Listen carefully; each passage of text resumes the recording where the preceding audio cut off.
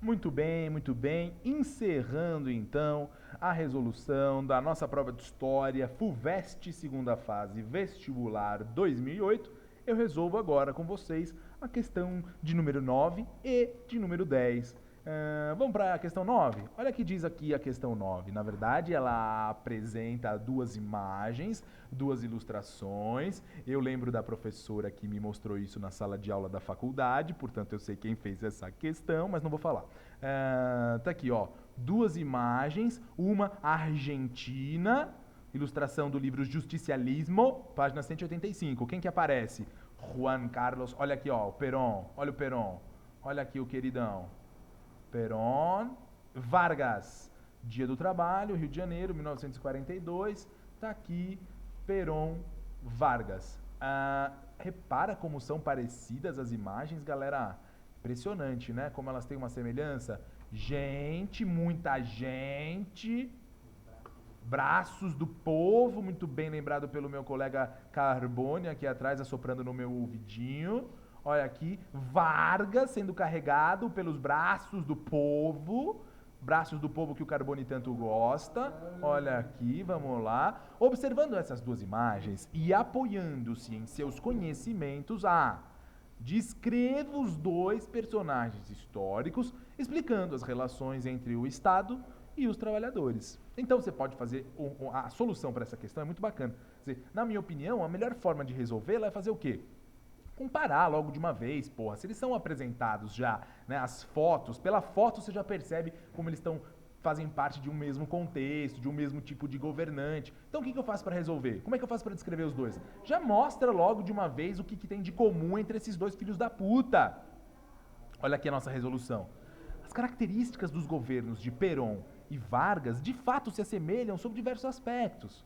O tom populista desses governos foi marcado, pela forte ligação com os trabalhadores urbanos das indústrias, amparados pelas políticas paternalistas de concessão de direitos aos trabalhadores. Gente, o Vargas é o pai dos pobres no imaginário popular no Brasil até hoje. O cara foi ditador, foi um canalha, torturou, perseguiu, matou e para muita gente ainda é o grande presidente da história do Brasil.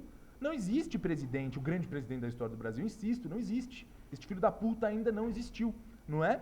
Então vamos lá.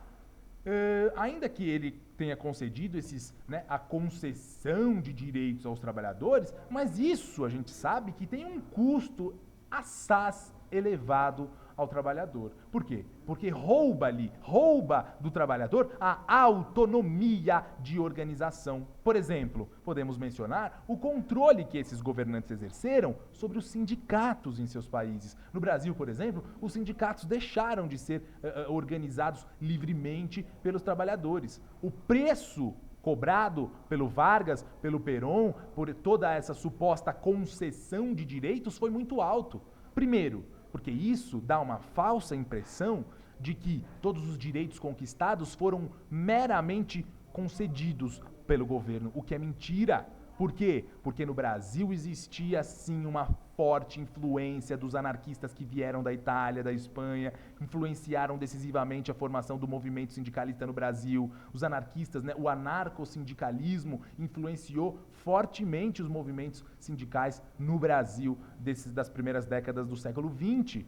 Agora, por conta dessa livre organização do trabalhador, foi necessário o quê? Foi necessário que o Vargas removesse esse direito dos trabalhadores de se organizarem livremente, interferindo na nomeação dos diretores, dos presidentes dos sindicatos, de tal forma que a gente não tem nada o que comemorar, porque hoje os sindicatos são pelegos, são filhos da puta, a gente não pode contar com eles mais pra nada, são muito mais sindicatos dos patrões do que dos trabalhadores, não é verdade? Então olha o que diz a 9b. Indique, no mínimo, duas outras características desses dois governos denominados populistas. Aí o que a gente pode dizer? O autoritarismo, que foi muito marcante nos governos mencionados, desde a difusão da imagem dos líderes em diversos ambientes públicos, como cinema, rádio, caso da Voz do Brasil, que é obrigatório no rádio até hoje. Que mais? O intervencionismo estatal na economia, nos mais diversos âmbitos, e um forte tom nacionalista nos seus discursos. Também a industrialização, que foi muito marcante ao longo do período. Legal? Questão número 10, a última questão, fala sobre Índia e China, que ocupam, no atual cenário mundial, um lugar tão importante que já se fala entre estudiosos de geopolítica em denominar o século XXI como século asiático.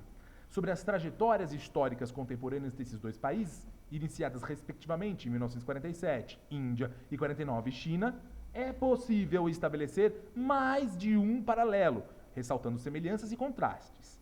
Indique o processo histórico A, da Índia a partir de 47 e seus desdobramentos posteriores. Aí a gente pode lembrar o quê? Mahatma Gandhi, a independência da Índia, liderada por Gandhi, se insere nas lutas que foram estabelecidas tanto na África como na Ásia, a fim de que essas regiões recuperassem a autonomia após o chamado neocolonialismo, ou seja, a nova fase da colonização que recaiu sobre a Ásia e África a partir do século XIX, sobretudo depois da Conferência de Berlim, em 1871, não é isso? Então, muito bem. 1885, Conferência de Berlim, 1885. Depois desse processo, temos a formação do Paquistão. Olha aí, ó. Lembra da Benazir Bhutto, que acabou de ser assassinada? Pois é, a formação do Paquistão foi o resultado dessa... depois da independência da Índia, foi a necessidade gerar... Foi necessário por quê? Porque no Paquistão ficaram concentrados aqueles indianos que eram de origem islâmica, muçulmana, ou seja, os muçulmanos ficaram no Paquistão, enquanto que os hindus permaneceram na Índia, ok? B, a China, a partir de 1949 e seus desdobramentos posteriores. A gente pode dizer o seguinte, a Revolução Chinesa de 49 já faz parte de um outro contexto. Que contexto? O jogo de equilíbrio geopolítico estabelecido no mundo pós-Segunda Guerra Mundial, ou seja, no período da Guerra Fria.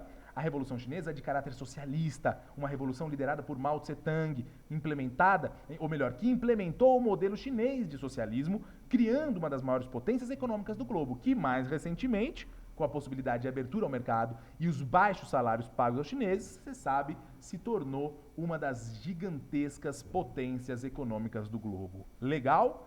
Tá aí, galera. A questão número 10 era a única questão da prova que trazia uma temática distinta, não muito usual. O resto estava tudo dentro do esperado, o que significa que a prova da FUVEST de História desse ano de 2008 foi tranquila, relativamente tranquila, porque sabe, é a FUVEST. Mas, de um modo geral, baba, tranquilo, de boa, o aluno bem preparado resolveu e mandou bem a beça, legal? Então é isso aí, me despeço de todos vocês com um grande carinho e até uma próxima, quem sabe. Falou, galera, beijão!